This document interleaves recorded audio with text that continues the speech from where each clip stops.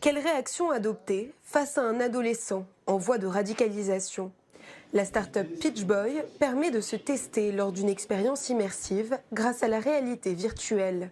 Une fois le casque enfilé, on se retrouve face à Théo, un jeune au comportement de plus en plus inquiétant.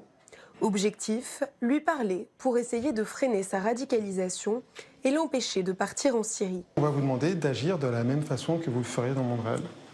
Donc vous allez devoir parler à la personne en face de vous de la même façon que vous le feriez en situation réelle. Donc en fonction de ce que vous dites, comment vous le dites, le vocabulaire que vous utilisez, la personne va réagir en face de vous. Qu'est-ce que je dois faire? Est-ce que je dois changer de mosquée ou même arrêter d'y aller? Écoute, je pense que tu devrais suivre tes intuitions. Si tu as envie de changer de mosquée, change de mosquée. Maman, je veux plus aller au karaté. C'est un sport de mécréant qui me fait me prosterner devant autre chose que Dieu.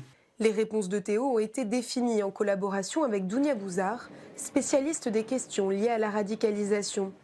Son cabinet d'expertise utilise cette innovation pour confronter des parents, des psychologues et des travailleurs sociaux à la complexité de l'approche. Souvent, les gens sont mal à l'aise, ils ont peur de tomber dans l'islamophobie, puis finalement, ils valident un discours radical comme si c'était de l'islam. Et c'est ce que veulent les recruteurs, que les gens aient peur. Et là, finalement, sur des exemples concrets, un jeune qui a peur de faire la révérence à son cours de karaté, un jeune qui a peur d'entendre de la musique dans le métro, un jeune qui ne veut plus du tout aller à une fête familiale, c'est pas de l'islam.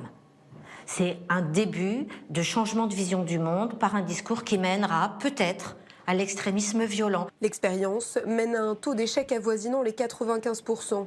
Ceux qui se prêtent au jeu n'arrivent pas à rassurer Théo. Preuve que face à une telle situation, les mots sont parfois durs à trouver.